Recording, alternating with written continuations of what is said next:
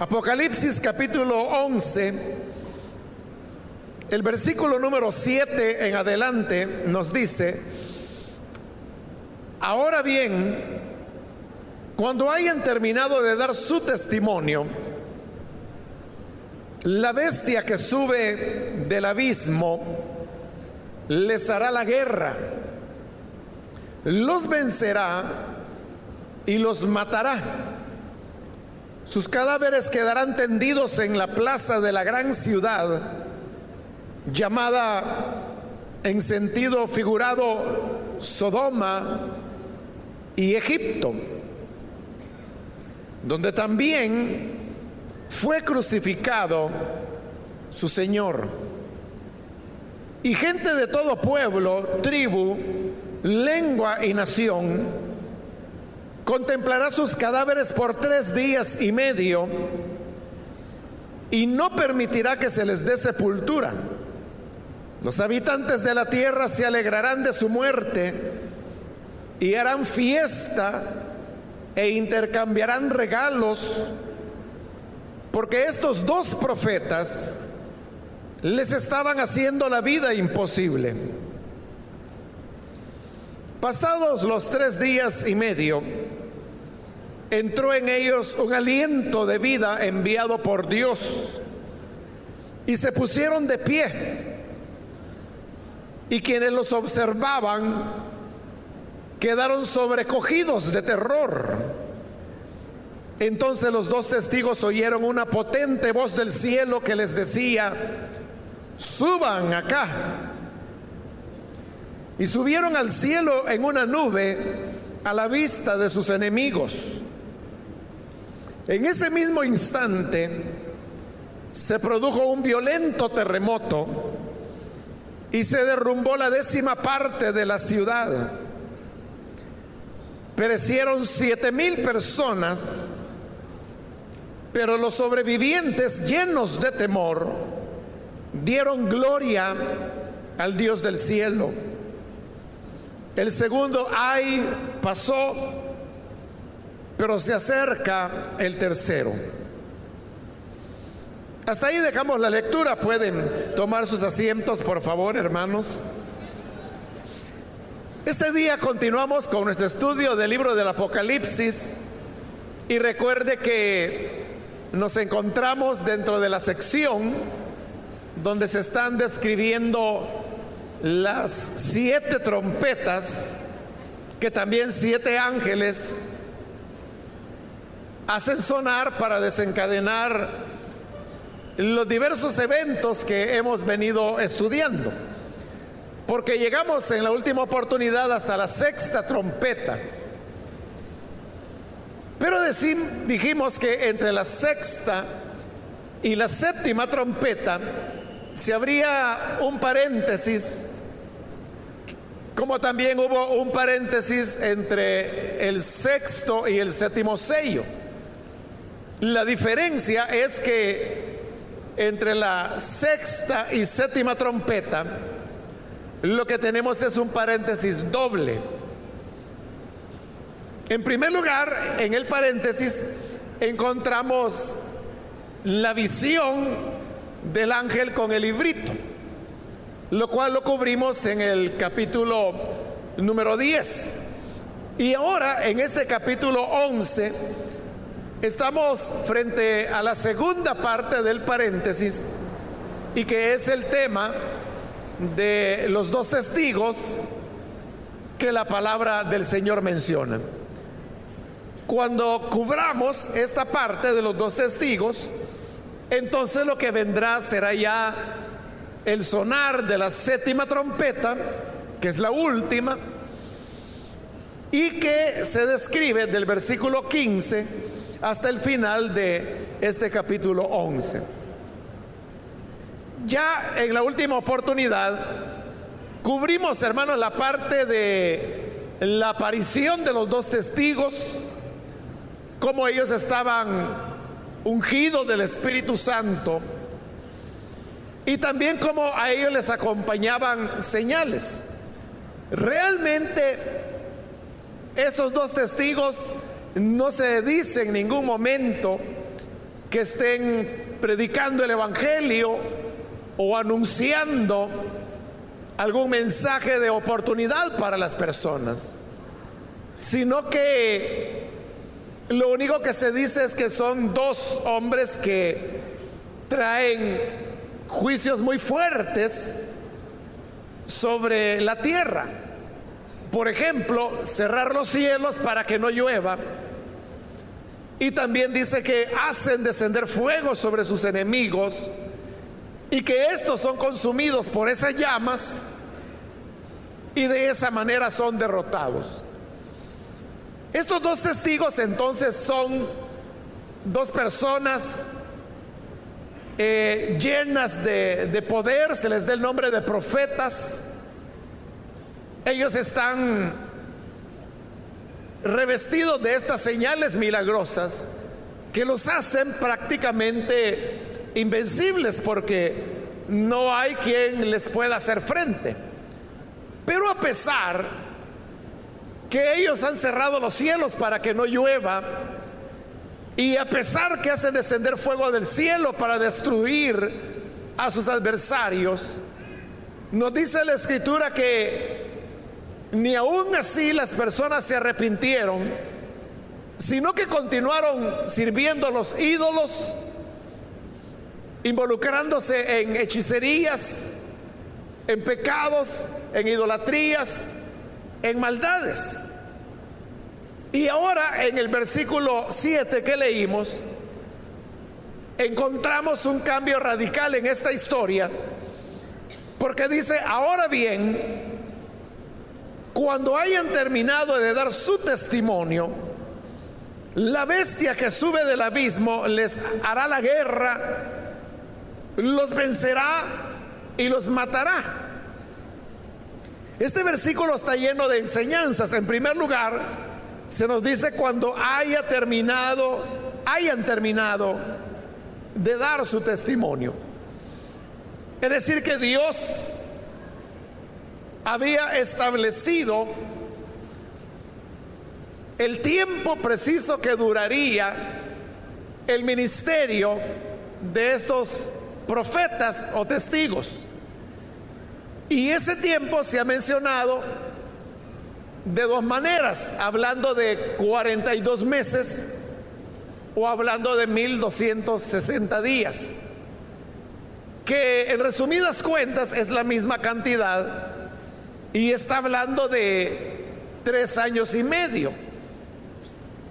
Esa expresión 3 años y medio, como lo explicamos en la última oportunidad, es tomada del libro del profeta Daniel, que hace referencia a que el sacrilegio que cometió Antíoco Epífanes durante el periodo intertestamentario duró exactamente eso, 3 años y medio. Eso ahora ya es historia. Y como le digo, es una historia que ocurrió en el periodo entre el Antiguo y el Nuevo Testamento. Entre el Antiguo y el Nuevo Testamento hay un lapso de aproximadamente 400 años. Lo que ocurrió en esos 400 años es muy importante. Nosotros no lo tenemos en la Biblia porque eso quedó en ese silencio, diríamos, entre el Antiguo y el Nuevo Testamento. Y una de las cosas muy importantes que ocurrieron en ese periodo fue precisamente las guerras entre los dos bandos principales en que quedó dividido el imperio griego. El imperio griego, después de la muerte de Alejandro Magno o Alejandro el Grande, se dividió en 4.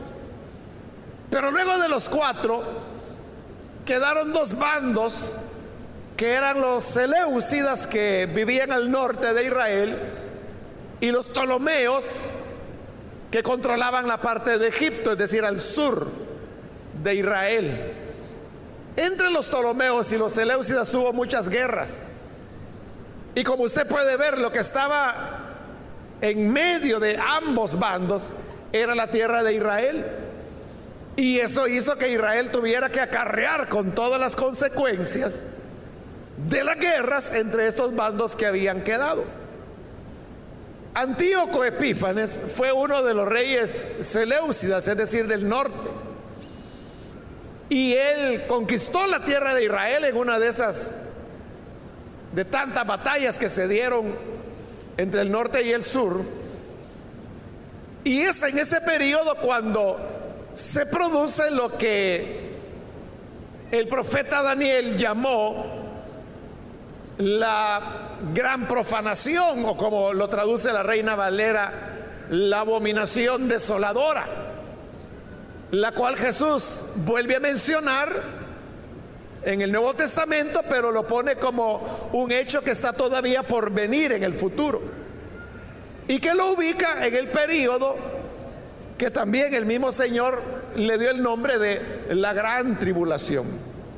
Ahora, en la última oportunidad yo le adelanté algunos de los hechos que se dieron durante esa profanación de Antíoco Epífanes, y le mencioné, por ejemplo, que él prohibió el judaísmo en Israel, destruyó todas las copias de las escrituras que le fue posible destruir, prohibió que se hiciese la circuncisión, colocó una imagen pagana dentro del templo de Dios, y como parte de ese culto pagano se sacrificaron cerdos en el templo de Dios. Y usted sabe que de acuerdo a la ley de Moisés el cerdo era un animal inmundo. A esa profanación de colocar un ídolo dentro del templo de Dios y sacrificarle cerdos es a lo que se le dio el nombre del gran sacrilegio, de la gran profanación o de la abominación, porque era abominable al Señor. Ante esa situación es que se levanta, realmente es una familia la que inicia el levantamiento de Israel en contra de los seleucidas. Y esta familia llevaban el nombre de los macabeos, porque el padre de ellos se llamaba Macabeo y todos sus descendientes también recibieron el nombre de macabeos. Entonces, los macabeos fueron judíos que se rebelaron en contra de toda esta opresión que los seleucidas hacían sobre ellos. Se levantaron en contra de Antíoco Epífanes, y ellos iniciaron lo que hoy el lenguaje moderno se podría llamar una guerra de guerrillas, porque ellos no podían hacerle frente al ejército seleucida porque eran demasiado poderosos. Y además los seleucidas contaban con un arma muy poderosa que era totalmente desconocida para los israelitas, y era el elefante. Ellos nunca habían tenido que luchar contra un ejército extranjero que tuviese elefantes como parte de su armamento. Los seleucidas sí lo tenían. Entonces era humanamente imposible derrotarlos. Entonces lo que hacen los macabeos, como le digo, es iniciar lo que hoy modernamente se llama la guerra de guerrillas. Y por eso se le llama guerrilla, porque no es una guerra abierta, sino que se trata de golpear y escapar, golpear y escapar. O sea, ellos no pueden golpear y quedarse, porque si se quedan los aniquilan, porque el enemigo era mucho más poderoso que ellos. Entonces lo que hacían era golpear y luego se disolvían, y cuando ya el enemigo volvía, ya ellos no estaban, habían desaparecido, se habían disuelto entre las personas, se habían escondido.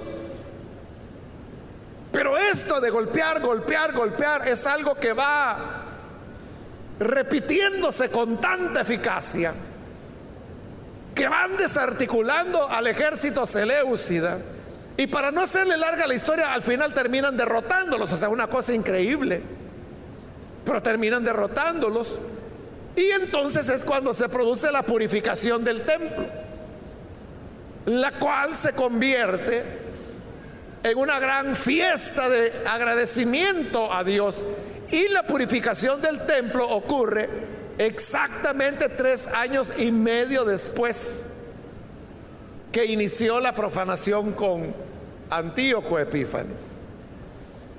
Si usted quiere leer más detalles de esta historia, usted puede leer un libro deuterocanónico, es decir, que no aparece en nuestras Biblias, pero que sí aparece en lo que la gente llama la Biblia católica. En una Biblia de lo que la gente llama católica, ahí aparece el libro primero de los Macabeos. Ese no es un libro inspirado por el Espíritu de Dios, pero sí se sabe que es históricamente correcto, es decir, no tiene errores.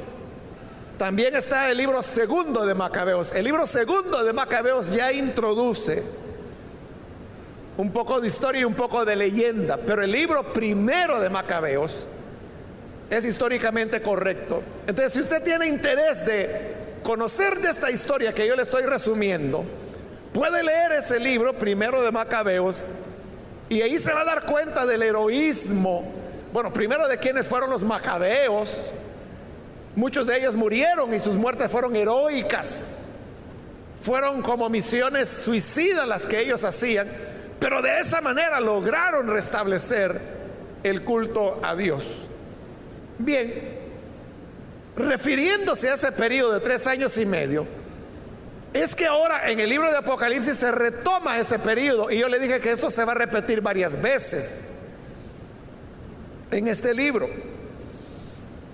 Estos 2 testigos se dice que van a profetizar durante 42 meses o 1260 días, que equivale a 3 años y medio, y dice que ese es el tiempo que el Señor les ha dado para dar su testimonio. Cuando termine ese tiempo, entonces la misión de ellos estará cumplida.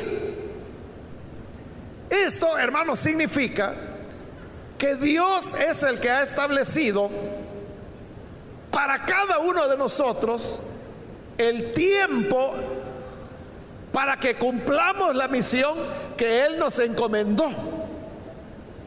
Porque, como le he dicho en otras oportunidades, todos nosotros, todo creyente, tiene una misión que cumplir.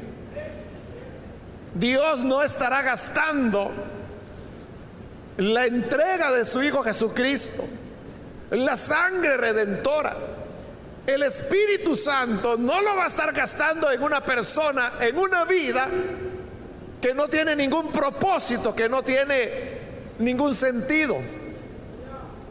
Si Él lo ha hecho de redimirnos, es porque todos tenemos una misión que cumplir. Y es responsabilidad de cada uno de nosotros identificar cuál es esa misión. La última vez que yo hablé de este tema, no recuerdo qué día fue, pero hace relativamente poco yo hablé de esto, de que todos tenemos una misión. Y yo les dije, no me vaya a preguntar a mí cuál es su misión, porque yo no la sé. Pero ese mismo día un hermano me escribió y me dijo: hermano, ¿cuál es mi misión? Y es lo que yo había dicho: no me pregunte porque yo no sé. Entonces le dije: mire, no sé, pero pregúntele a Dios. Y eso es lo que todos tenemos que hacer. Cada quien tiene que preguntarle a Dios cuál es su misión. Ahora, esa misión es lo que Él nos ha encomendado, pero no solo nos encomendó la misión, nos ha dado un tiempo para hacer esa misión. Y a ese tiempo no se le va a añadir un día más, y tampoco se le restará ningún día. Por eso es que dice acá: que cuando hayan terminado de dar su testimonio, es decir, cuando terminaron los 42 meses, cuando terminó el ministerio de estos hombres, dice, la bestia que sube del abismo les hará la guerra. Esta es la primera vez en el libro de Apocalipsis que se menciona a la bestia. Y como usted ve, simplemente se la presenta que ya está allí. Aunque, por decir así, el surgimiento de la bestia ocurrirá más adelante, hasta en el capítulo número 13. Es decir, faltan 2 capítulos más para llegar ahí. Pero aunque no ha tenido su origen todavía, aquí ya aparece. Y dice que la bestia vino para hacer guerra contra estos profetas del Señor. Ahora, nosotros, hermanos, en las filas evangélicas tenemos un sentido triunfalista de la vida y de las cosas.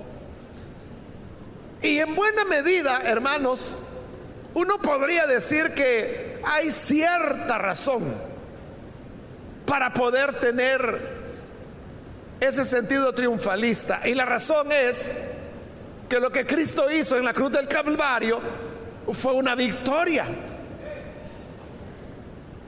Y hay pasajes de la Escritura que dice que en Cristo somos más que victoriosos. Pablo también dice que vamos siendo transformados de gloria en gloria en la imagen misma del Hijo de Dios. Entonces, cuando uno toma todos estos pasajes de la victoria de Cristo en la cruz, que nos hizo más que vencedores, que vamos de gloria en gloria, entonces uno ve la vida cristiana como de triunfo, de victoria, casi de ser uno inmune, de tal manera que nada ni nadie nos puede hacer daño. Y eso lleva a que algunos incluso se expresen de manera despectiva de Satanás, minimizando su poder y su peligro. Porque algunos dicen: ay, diablito, no te me pongas enfrente, que por allá te voy a tirar. ¿Cómo no? Lo que pasa es que no se le ha parecido. O a veces decimos, ese triunfalismo lo llevamos a un extremo. Me recuerdo hace años de un hermano que él andaba manejando sin licencia, y no sé cómo salió la plática que andaba manejando sin licencia, y él dijo: no, pero yo en el nombre del Señor ahí voy, y los policías no me van a detener. O sea, él estaba cometiendo un ilícito, algo en contra de la ley, ¿no? Una falta que es sancionada, hay multa por eso. Pero en ese triunfalismo él veía que no le iba a pasar nada, porque en el nombre del Señor. Entonces, en ese triunfalismo nosotros a veces creemos que no nos va a ocurrir nada, que nadie nos puede hacer daño, que nunca vamos a ser derrotados, que nunca seremos derribados. Y es lo que uno oye, que las personas hablan y comentan. Yo solamente, hermanos, una vez recuerdo a un hermano. Me recuerdo que íbamos caminando por la calle, no me acuerdo dónde ni por qué, pero la cosa es que caminando él me dijo: fíjese que me encontré con unos jóvenes a los cuales yo comencé a evangelizar, me dice. Y cuando los comencé a evangelizar, ellos me sacaron unos argumentos, me dice, que yo no hallé que responder. Me dejaron callado.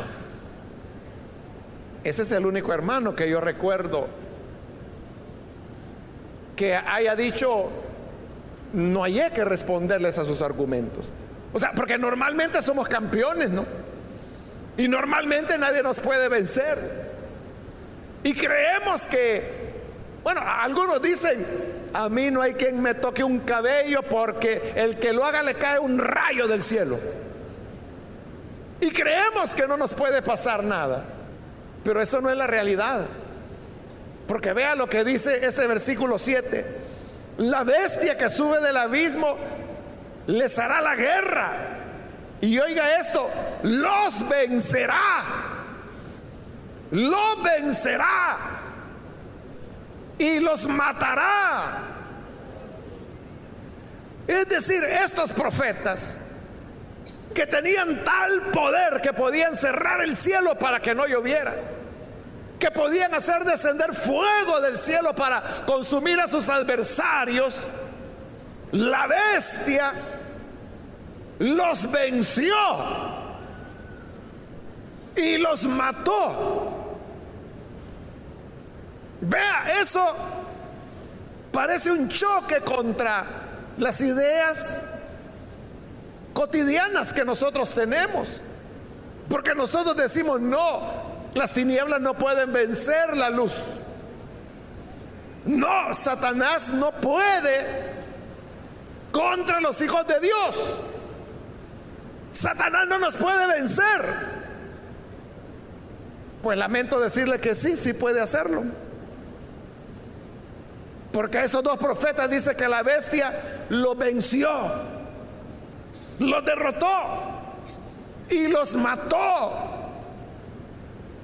Entonces, ¿qué significa esto, hermano?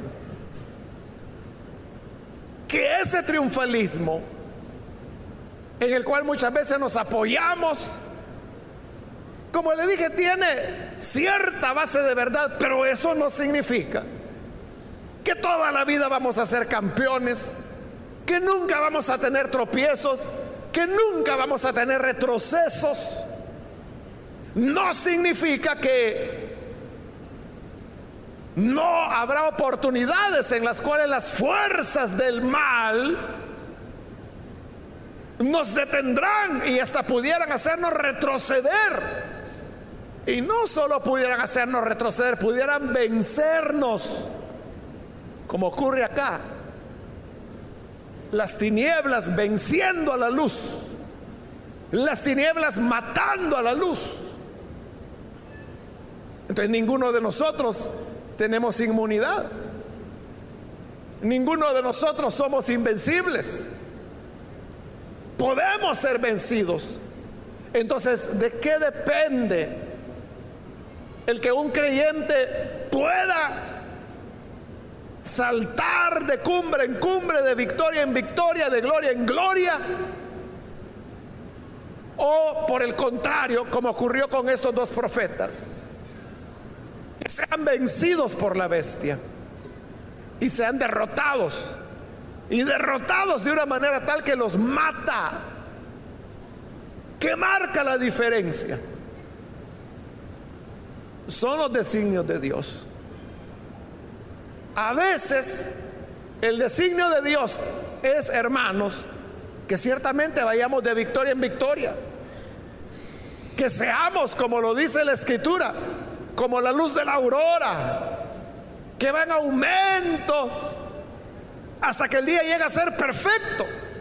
La luz va subiendo en fuerza, en fuerza, en fuerza, en fuerza, hasta que llega a la perfección. A veces ese puede ser el propósito de Dios, pero hay ocasiones en las cuales el propósito de Dios es que seamos derrotados, como lo dice Hebreos,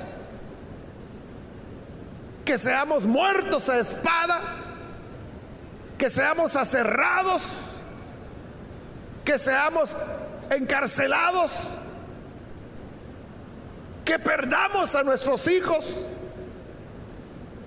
¿Y por qué tiene que ser así?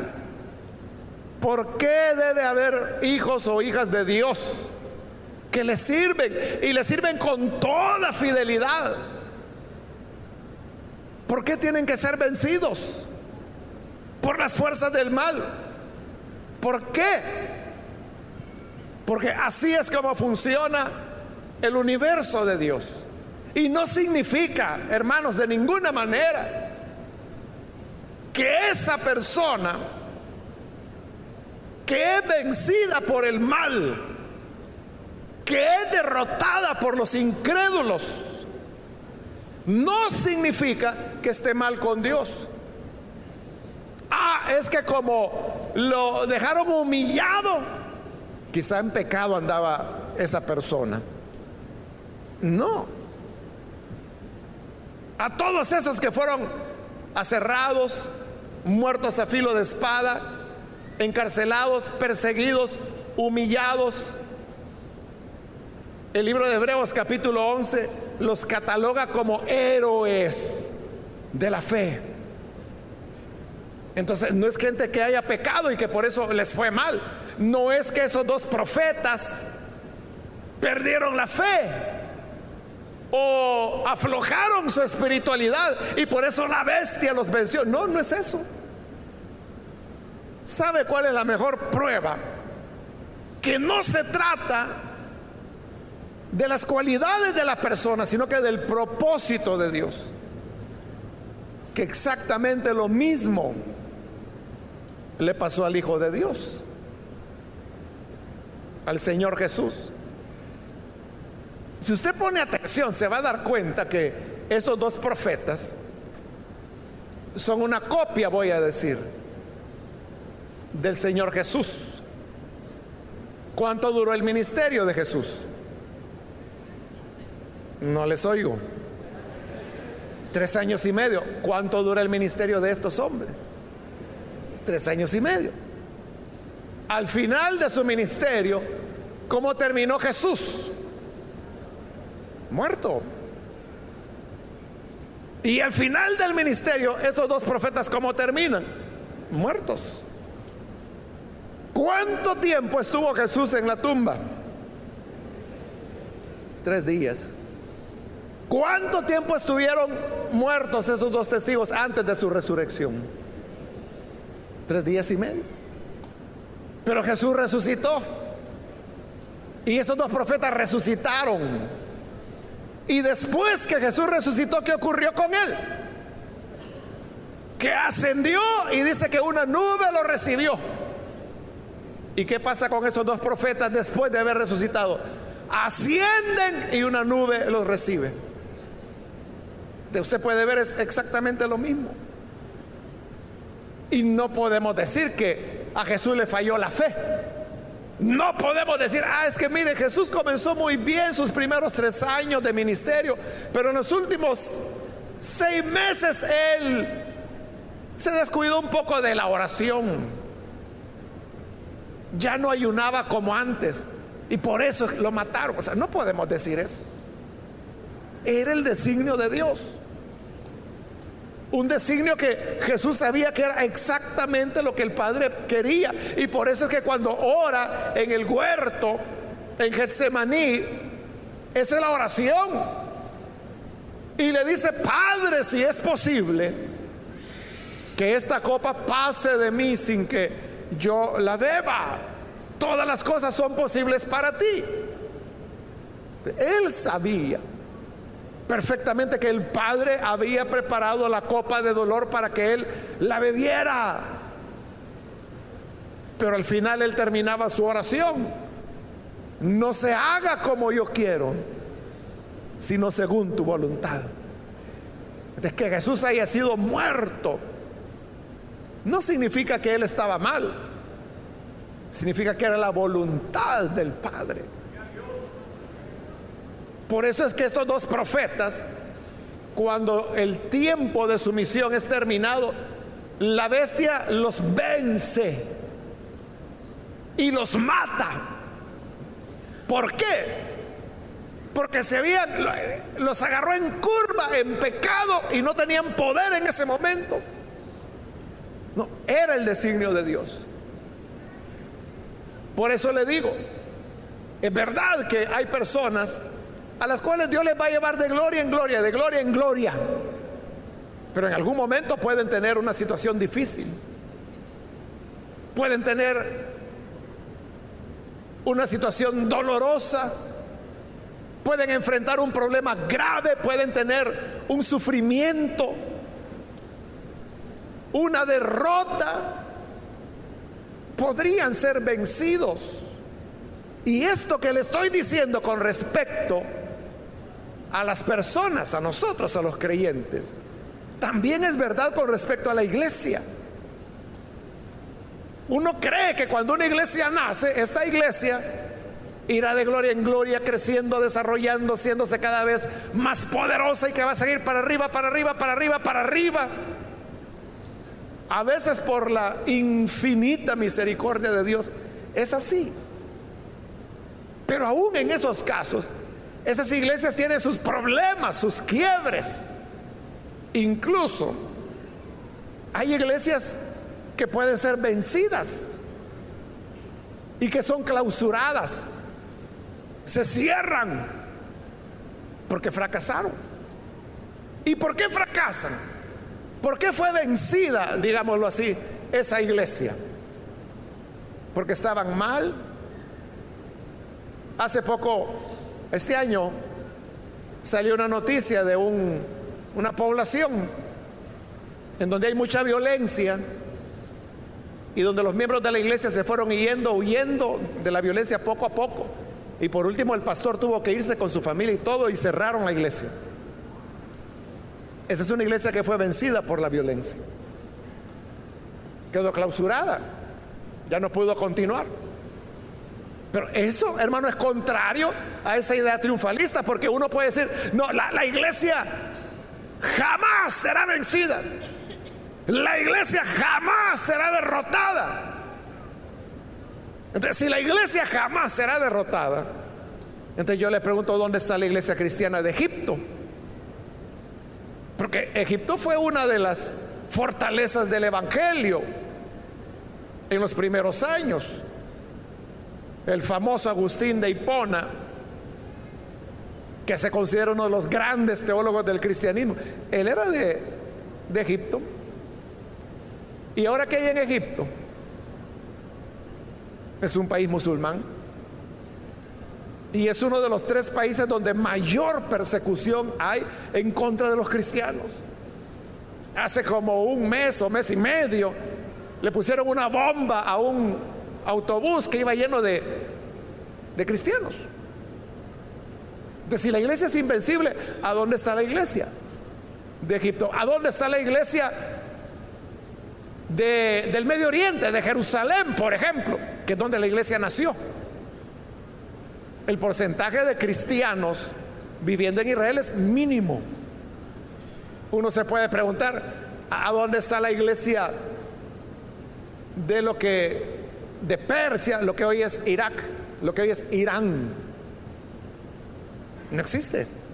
Entonces, la iglesia puede ser vencida, pero aquí viene el punto: somos vencidos para avanzar. Podemos ser muertos, pero cuando nos matan, nuestro cuerpo cae hacia adelante, nunca hacia atrás. Hacia adelante, porque muriendo, pero avanzando todavía. Es lo que Jesús dijo: si el grano de trigo no cae a tierra y muere, no lleva fruto, se queda solo. Pero si muere, llevará mucho fruto. Es decir, para poder, hermanos, avanzar y desarrollarnos, debe mediar la muerte, y para morir debemos ser vencidos. En mayo, me parece que fue de este año, me invitaron a una conferencia mundial contra los cristianos perseguidos, se llamó, donde hubo representantes de más de 163 países, si mal no recuerdo, para tocar el tema de la persecución de los cristianos. Y ahí pues se manejaron datos, muchos testimonios de las personas que sufren persecución. Cada 6 minutos es asesinado un cristiano en algún lugar del mundo. Hoy nada menos salió publicada la noticia de que allá en Irak quemaron vivos a un predicador y a una familia de 4 personas por ser creyentes y porque no lograron huir a tiempo. Los metieron en una jaula, los bañaron de gasolina y les dieron fuego, los quemaron vivos. Eso fue ayer, fue el día de ayer, porque hoy salió la noticia, ¿no? Pero lo que al mismo tiempo se mencionaba en esta conferencia es que exactamente en los países o territorios donde hay mayor persecución es donde la iglesia más está creciendo. Uno diría, pero bueno, debería ser lo contrario, ¿no?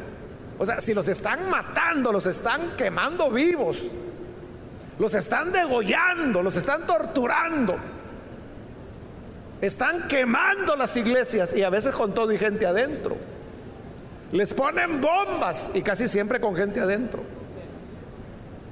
La idea es que ahí nadie quisiera ser cristiano porque cuesta la vida. Es donde más conversiones se están produciendo, es donde más la iglesia está avanzando. ¿Por qué? Por lo que Jesús dijo: si el grano de trigo no muere, se queda solo, pero si muere, lleva mucho fruto. Entonces debe intervenir muerte para que haya vida, y para que haya muerte debemos ser vencidos, debemos ser derrotados. ¿Usted qué cree que esta familia, estas 4 personas, que es un núcleo familiar, los encierran en una jaula, los bañan con gasolina para darle fuego? ¿Usted cree que esa familia no clamó a Dios? ¿Cree usted que ellos no le dijeron: Señor, así como libraste a los jóvenes hebreos del horno de fuego, líbranos de estas llamas? ¿Cree usted que no pidieron en oración eso? Pero fueron vencidos, fueron quemados. Entonces, ¿por qué fueron vencidos? Es que no eran tan espirituales como los jóvenes hebreos. La espiritualidad no se mide por el triunfalismo ni la madurez espiritual. Porque piénselo usted, ¿para qué cree que se necesita más madurez espiritual? ¿Para andar de concierto en concierto cristiano? ¿Para andar de conferencia en conferencia? ¿Para andar brincando de hotel en hotel, en taller de no sé qué, en seminario de alabanza y adoración? ¿O se necesita más madurez para enfrentar la muerte y la amenaza? Usted sabe la respuesta, ¿verdad? A veces el plan de Dios es que seamos derrotados, que seamos humillados. Quizá usted tiene vecinos con los que tiene problemas y tiene conflictos, y usted mismo dice: no, él es impío, el Señor no me va a dejar humillado delante de este impío. A estos 2 profetas quedaron bien humillados, vencidos y muertos. Entonces, ¿quién es usted para que no sea humillado? Usted puede decir: no, es él el que se tiene que ir del vecindario y no yo, porque yo soy hijo de Dios. Y quizás Dios quiere que sea usted el que se vaya. Dice el versículo 8: sus cadáveres quedarán tendidos en la plaza de la gran ciudad, llamada en sentido figurado Sodoma y Egipto, donde también fue crucificado su Señor.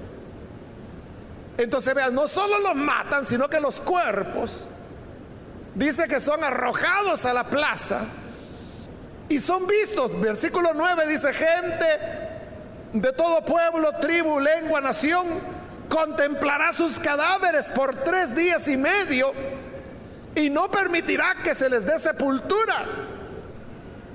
Es decir, que se convirtieron en algo así como en un atractivo turístico macabro, que se trataba de ir a ver sus cuerpos muertos.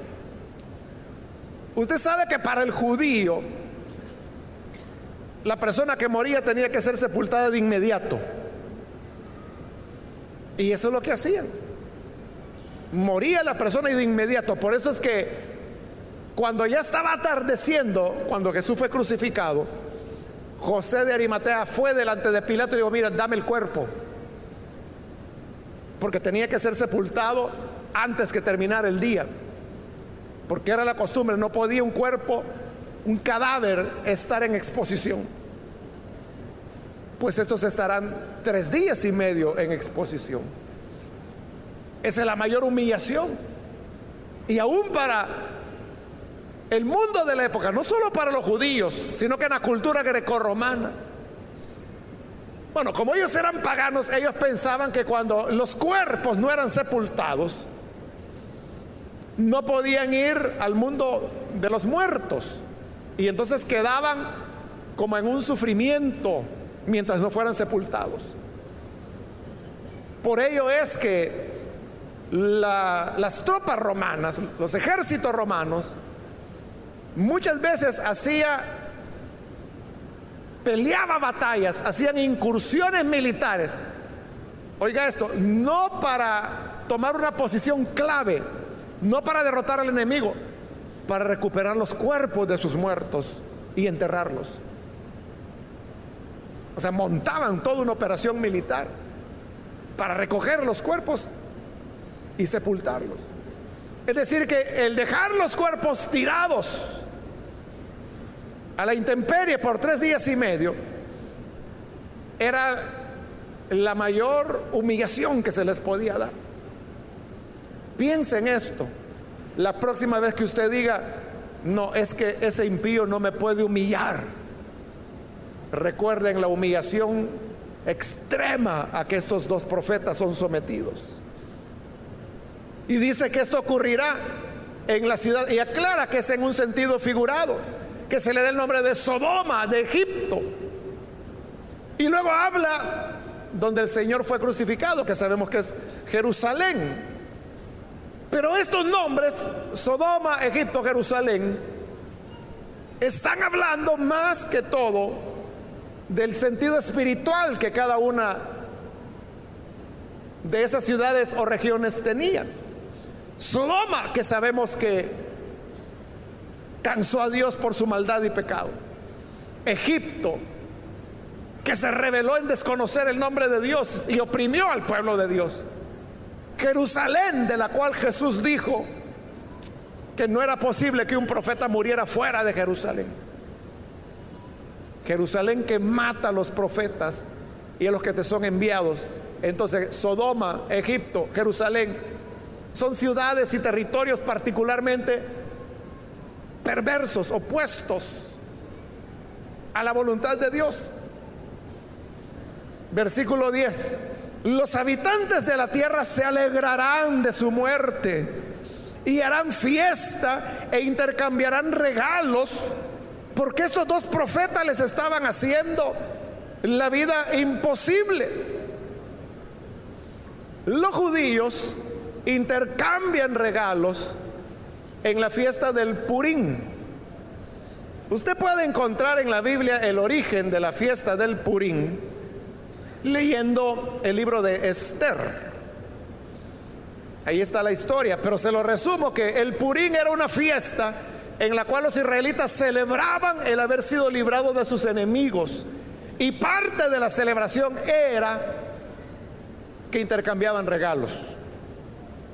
Pues hoy aquí el mundo incrédulo está intercambiando regalos porque han sido librados de sus enemigos, los profetas de Dios. Es decir, aquí está al revés la cosa. Es lo inverso del Purim, porque el Purim celebra la liberación del pueblo de Dios. Aquí están celebrando que fueron librados de los hombres de Dios. Pero como la última palabra siempre la tiene el Señor. El versículo 11: pasados los 3 días y medio, entró en ellos un aliento de vida enviado por Dios, y se pusieron de pie. Y quienes los observaban quedaron sobrecogidos de terror. El pasaje recuerda en primer lugar a Génesis, cuando dice que Dios sopló en el hombre, que era barro, era hecho del polvo, aliento de vida. Pero también recuerda el profeta Ezequiel, la visión del valle de los huesos secos, que cuando el Espíritu vino, Dice que los huesos se unieron el uno al otro y fue como un ejército que se puso en pie. Entonces, ellos se ponen en pie también, resucitan. Versículo 12: entonces los dos testigos oyeron una potente voz del cielo que les decía: suban acá. Y subieron al cielo en una nube a la vista de sus enemigos. Podemos tener tropiezos, podemos tener derrotas como cristianos, como familias, como iglesias. Incluso podríamos ser muertos. Pero vendrá el día de la resurrección cuando saldremos adelante. Las iglesias pueden sufrir derrotas momentáneas, pero luego el Señor los vindica y los saca adelante y les da más de lo que tenían antes. Pero hay que pasar por la muerte. Versículo 13: en ese mismo instante se produjo un violento terremoto. O sea, sigue la similitud con el Señor Jesús, porque Jesús cuando resucita también hay un terremoto. Aquí también lo hay. Se derrumbó la 10ª parte de la ciudad. Perecieron 7,000 personas. En realidad, hermanos, no se trata de un terremoto. O sea, sí es un terremoto fuerte, ¿no? Porque hubo 7,000 víctimas. Pero tampoco es un terremoto extraordinario. En nuestro país han habido terremotos ya donde han habido 7,000 y más víctimas. Es decir, estaríamos hablando de un terremoto normal. Normal, digo, en relación a los terremotos que se han descrito y que se van a describir más adelante, donde dice que incluso las islas desaparecen. Pero vea qué curioso. Siendo un terremoto, llamémosle cotidiano, porque la tierra de Israel era propensa a terremotos también, no tan frecuentes como por ejemplo en nuestro país, pero sí se daban terremotos en Israel. Siendo un terremoto, digamos en el término medio, sorprende que dice al final del versículo 13 que los sobrevivientes del terremoto, llenos de temor, dieron gloria al Dios del cielo. Esta es la única vez en el libro de Apocalipsis que se dice que el mundo pecador se arrepiente y da gloria a Dios. Y vea, se arrepiente ¿cuándo? ¿Ante una gran catástrofe? No. ¿Ante las grandes tragedias que se han descrito con los sellos y con las trompetas? No. Por un terremoto común. O sea, por una cosa pequeña. Pero aquí viene el punto. No es tanto el efecto del terremoto, es el efecto de los que resucitaron. Entonces la iglesia logra más cuando muere que cuando vive. Por eso yo le decía que cuando el creyente es asesinado, hasta en su caída a la muerte es hacia adelante, porque su muerte sirve para que avance la obra. La muerte sirve para que aquellos que no han creído a palos como estos crean. Y ahí se vuelve a cumplir una vez más la frase famosa de Tertuliano, Septimio Tertuliano, quien dijo: la sangre de los mártires es la semilla de la iglesia. Mientras más se persigue y se vence a los cristianos al punto del martirio, más fuerza agarra el pueblo del Señor, más crece la iglesia. Y terminamos con el versículo 14, donde dice: el segundo ay ya pasó, pero se acerca el tercero. Y como ya le había dicho anteriormente, el tercero no es mencionado en Apocalipsis. Cosa extraña, ¿no? Que siendo Apocalipsis un libro que tiene una métrica, una redacción tan cuidadosa, tan matemática, diría yo.